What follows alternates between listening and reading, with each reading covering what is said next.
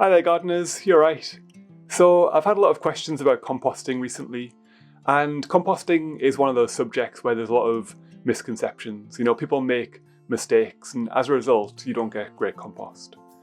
But it's actually fairly straightforward, so I wanted to show you how I compost at home, and maybe you can use my process in your own gardens and get great results. So let's give it a go. Now, when composting, I like to break it down into 4 simple steps. The first one is to accumulate garden waste. The second is to create the pile from all that waste that you've accumulated. The third is to, Forgotten. The third is to turn it regularly, and this is going to allow that composting process to continue. And the final process is to let it mature. So I'm going to go through each of these steps now. So let's start with the first one, accumulate garden waste. So when you're working in your garden all throughout the year, maybe you prune a shrub, or you cut a hedge, or you chop your herbaceous plants down, all of this waste is going to make really great compost. So you accumulate it, you put it to the side somewhere ideally near where you're going to be composting, and you leave it. Now it's worth mentioning that grass clippings I actually put separate. The reason I do that is because grass clippings, if mixed in with the rest of your accumulated garden waste, can start the composting process a bit early. So I actually just spread my grass clippings out on the beds. It actually acts as a little bit of a sort of a beneficial mulch. Something else is that this is for garden waste, so all the food waste is done separately. Now, I'll make another video on that in the future, but you can also just put your food waste in the food waste bin and the council can deal with that stuff. So you want to accumulate at least 1 metre cubed of garden waste. We need to have at least 1 metre cubed because otherwise the compost pile will tend to lose temperature. You need a big amount of it, ideally a lot more than 1 metre cubed, but for most home gardens, 1 metre cubed is a good starting point. Now you might think, oh, I don't have that much garden waste. I've only got a small garden. And something to bear in mind is that if you want, you can compost every few years.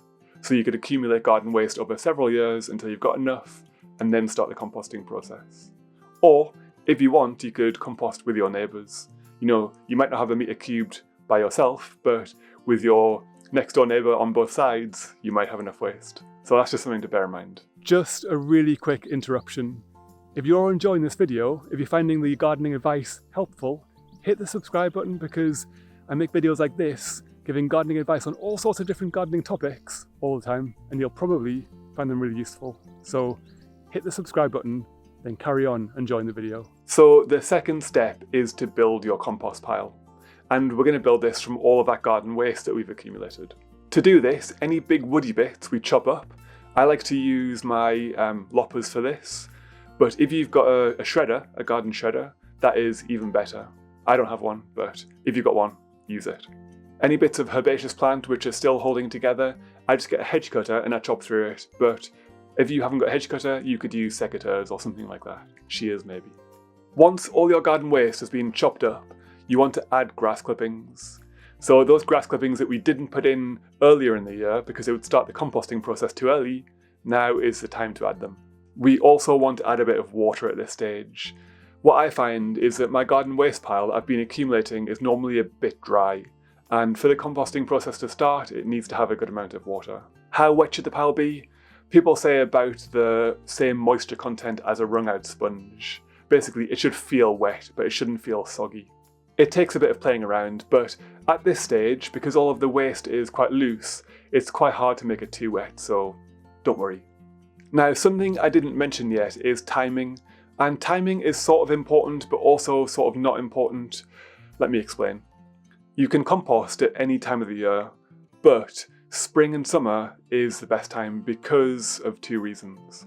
The first one is that temperature is in your favour. In winter, the ambient temperature is going to be always trying to cool your pile down a bit, but in summer, it's going to help to raise the pile temperature a little bit, and that's what we want, a nice hot pile. The second reason is grass clippings. These grass clippings are a really readily digestible fuel for these bacteria that are going to break down our compost pile. And in spring and summer, we have easy access to them. So yeah, spring and summer are probably the best time to create your compost pile.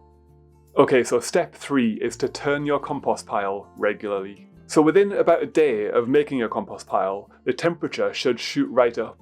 If you have a compost thermometer, which are actually really cheap, I'd recommend getting one, you'll see that it'll probably reach around 70 to 75 degrees Celsius within 24 hours. That's good. But after a few days, maybe a week or two, the compost temperature is going to start to lower. And that's because the microbes which are breaking down our compost pile are running out of air.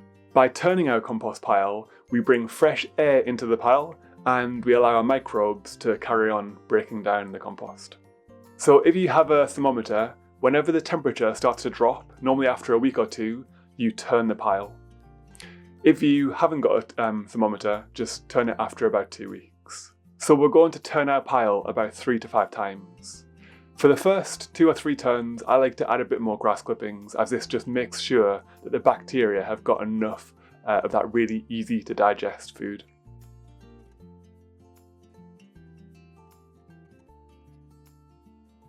After the 5th turn or so, we move into the final stage, which is step 4, maturation.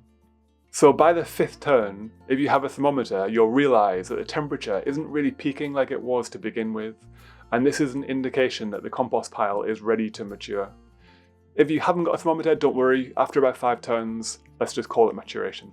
So after the 5th turn, we want to pile it up as we have been, but we want to cover it with a tarpaulin. And this is going to stop fresh weed seeds from landing on the pile. And that's it really. By February, that's the time to spread your compost. This is when we're cutting all the herbaceous plants down. So that's it, composting, made easy, done.